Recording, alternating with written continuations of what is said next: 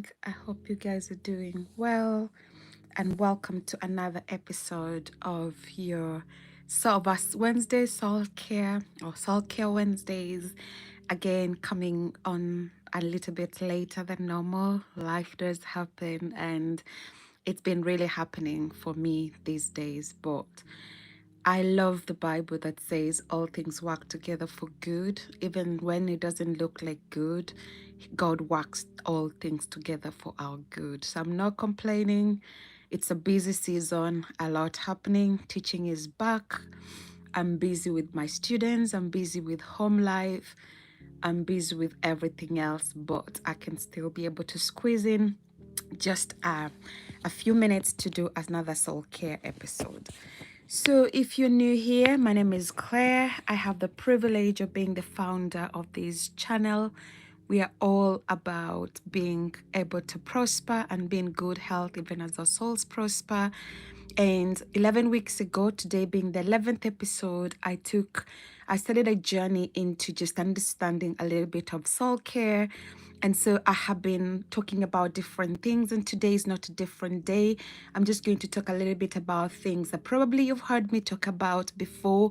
And sometimes just when I repeat things to my students, it's not necessarily because I feel like I don't have something to talk about, but when I see the importance or the significance of something, I usually would love to reiterate on it.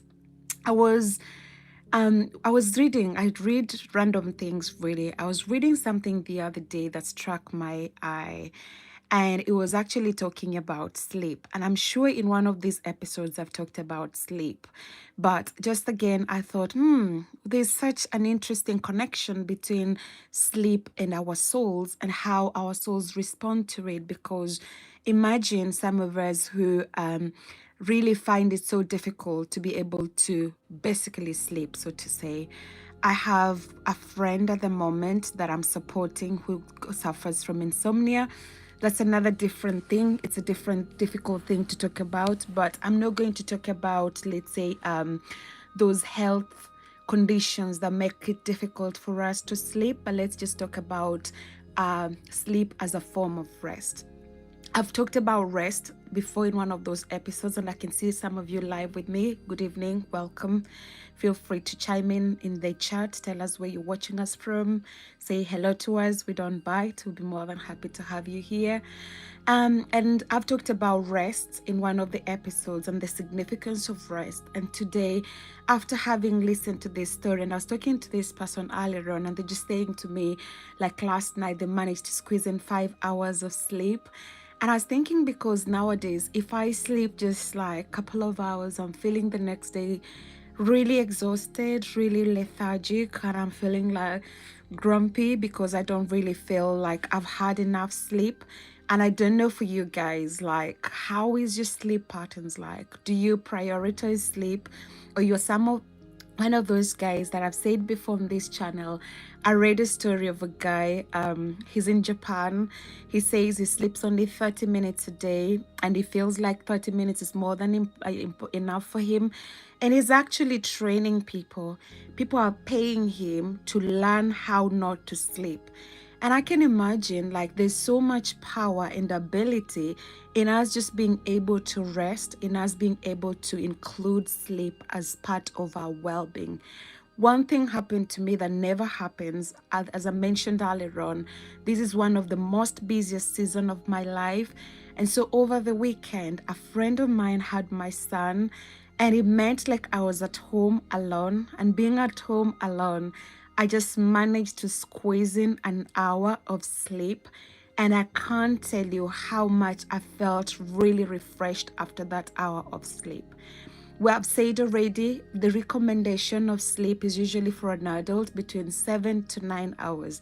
So this guy was bragging of how he's helping people to sleep less. So he says he's achieved so much. He's helped his wife to sleep, I think, 3 hours a night. He's 80-year-old who's sleeping basically barely any time, and he was really feeling good about it. As I've said personally from my experience, if I don't sleep well, you'll find the nasty part of me, and that's not the part you love to meet. I tend to be more grumpy. I tend to be more sadder, if that's a word. I tend to be really laid back. I don't want to do much of the things and much of the stuff that I would love to do, because at the end of the day, it's something that I find myself able to sleep and to be able to rest. And so today I was thinking, as part of your soul care, or part of my soul care, just to encourage us to be able to be people that we can actually be, people that we can actually be able to understand, people that we can be able to also incorporate sleep as part of our well-being, incorporate sleep as part of our welfare, right? So that you get to a point where you are like, at the end of the day, I can be able to actually learn a lot about my body. I can be able to actually be understand the things that are going on in my life, so that at the end of the day, I'm able to continue to sleep and do the things that will help me to become a better person, right? To help me to become much more relaxed, to help me to become much more, refreshed at the end of the day. So today's live stream, we're just going, as I said, to to concentrate on one major thing. And that one major thing that I love us to concentrate on is us being able to tell ourselves we will find time to be able to rest, we'll find time to be able to sleep, we'll find time to be able to incorporate sleep in our soul care. Because at the end of it all, once we're not sleeping enough, lack of sleep can actually make us to have things like stress, and stress can actually result in various things. It can actually make us to be depressed. Lack of sleep can actually make us to start we can even weaken our immune system if we're not sleeping enough. And Max and Lucas say, yep, if you're not sleeping enough, it means that you're not giving your body enough time to recover, and because your body is not having enough time to recover, your organs are not having enough time to recuperate, your organs are not having enough time to refuel and things like that. It gets to a point where at the end of it all, you start running in the negative. And if you're constantly running in the negative, your well-being is constantly in the negative, obviously these will start to show up physically. You start to see signs where you're starting to have sense of deprivation, you start to have signs of sometimes even anxiety, stress, depression, and things like that. And that can actually as well impact on your soul.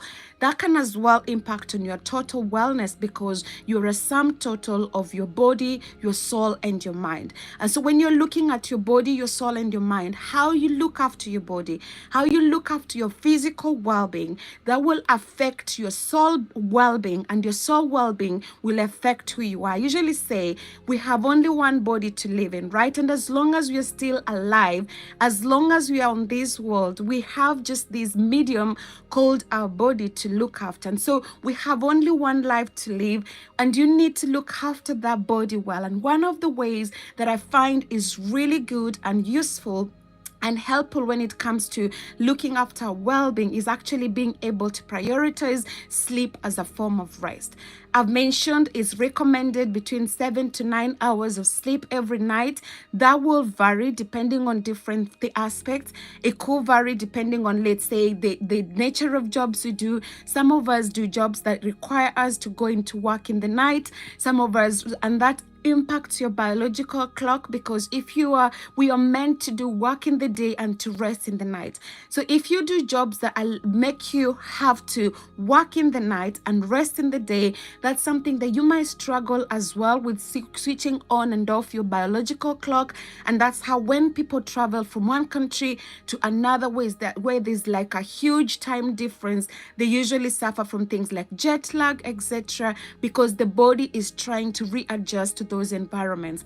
And so you'll find that if you're somebody that maybe you're working jobs that do not allow you to work during the day, but you're working during the night, you still need to find a rhythm that helps you when you come back in the evening, or when you come back in the morning, so to say, you can be able to still sleep, you can be able to still recover, you can be able to still allow your body to be able to rejuvenate itself, right? So when you're thinking about the sum total of your well-being, struggling, you can be, sometimes even they say, if you are not losing weight and you're working so hard to try and lose weight, it can get to a point where if your body is holding back on the weight, it could be just necessary because your body is actually not resting enough, and lack of sleep can actually make us end up gaining weight because it gets to a point where we are retaining that weight and not allowing it. So sometimes maybe when we're struggling with things like losing weight, we may just be struggling because we are not resting a lot.